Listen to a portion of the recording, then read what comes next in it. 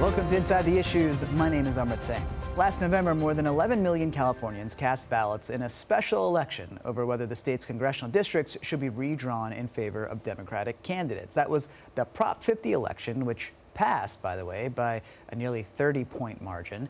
But months after that vote, a group claims there were irregularities counting and reporting some of those ballots. Riverside County Sheriff Chad Bianco, who's also a GOP candidate for governor, confirmed reports his department is looking into alleged voting irregularities in last year's election in Riverside County. This is video from Election Day in Riverside. Bianco launched the investigation after a group calling itself the Riverside Election Integrity Team claimed it found 46,000 excess votes counted than votes cast.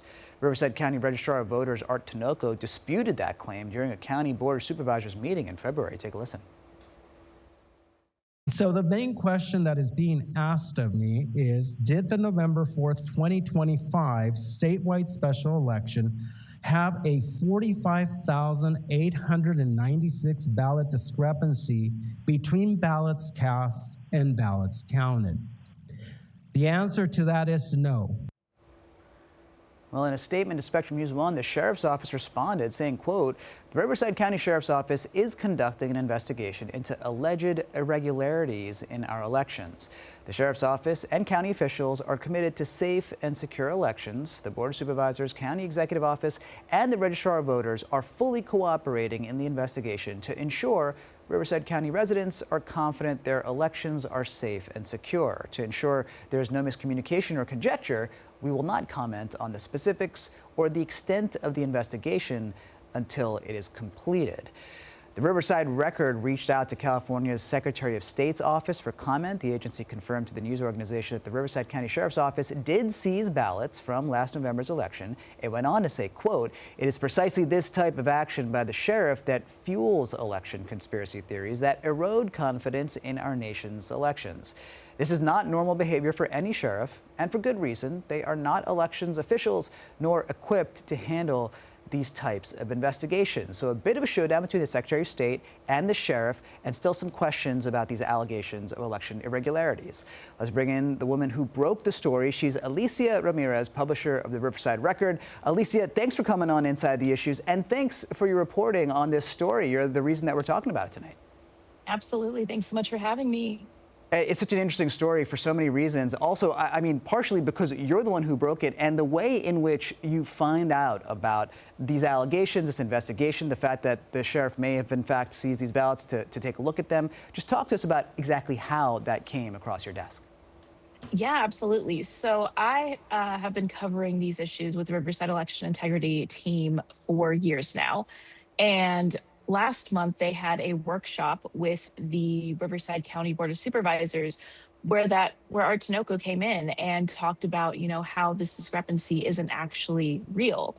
As part of their presentation, they had Clint Curtis, who's the ROV of Shasta County, come down and talk about how things are going so great in Shasta County. He's changed things for the better. He's made everything work so much better up there, and Riverside County should do the same. Well, a couple weeks after that meeting, he was back in front of the Board of Supervisors up in Shasta County, and he said, just an off the cuff, oh yeah, the Riverside County Sheriff, took control of the ballots from last November's election. I had been working with Annalise Pierce, who's the founder of Shasta Scout, on this kind of coverage of Clint Curtis. And she texted me immediately, was like, hey, do you know what he's talking about? And I was like, I have not heard this. Let me make some phone calls. Let me send some emails. Let me call some of the folks from the REIT and see what's going on. Through there, I was able to confirm that the investigation was happening. The deputy who is in charge of it, all of this information, and was able to get that story out. Well, it's a Riverside Record. It's a Shasta Scout. This is the power of not only alliteration, but also local journalism. You guys getting together and bringing this to our attention. And you mentioned the Riverside Election Integrity Team. So they're putting on this workshop. They're the ones who are behind some of these allegations, right? Tell us more about them, how much of a going concern they are, and how much they're making of this election or elections past. Yeah, so they've been talking about election integrity in Riverside County for, like I said, years at this point. They really started pushing it after the 2020 election. The Riverside Record didn't exist at that point. But when we started covering this again in 2022, 2023, the issues are always the same. It's not that they think Art Tinoco or the ROV's office in Riverside County is doing something wrong. They think the underlying systems, the underlying computer systems are the issue. They think that the election information management system that they use and also the Liberty Vote system that they use are not accurate. And so they are wanting the sheriff's department to hand count those ballots that it took from the ROV's office to say how many ballots are there actually. We should make a note of the fact that this Prop 50 passed through Riverside by almost double, if not more, the number of votes or so than the votes that are alleged to be irregularly counted to the excess of those cast. And of course, across California, 3.3 million votes. So this wouldn't change the impact of the election overall. But as you say, they're talking about the systems. And Sheriff Bianco, so let's talk a little about him. What's been his response? He gave that blanket statement saying, not going to talk about the manner of investigation, but I'm sure you've been trying to find out more about it. Yeah, so got in contact with him after I heard from the Secretary of State, and they confirmed that the Sheriff's Department had seized the ballots.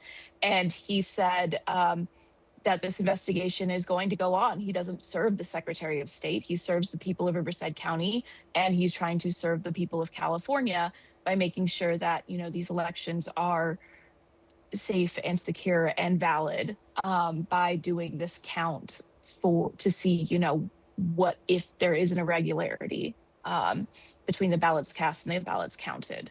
And the Riverside County Sheriff, we should mention, one of the leading Republican candidates in this race for governor at the moment, which means the Board of Supervisors in Riverside have a lot to consider. In fact, one supervisor, Medina, has said that Bianco should be recusing himself from his position as sheriff. You interviewed that supervisor. What's his rationale, and what more are we hearing on that front?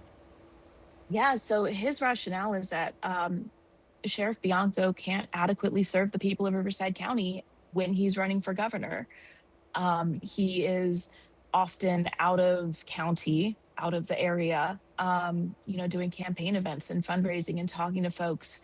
And with this investigation also ongoing into the election itself, Supervisor Medina said that this is the time for him to take a step back and let somebody else who is able to be a full-time sheriff be a full-time sheriff.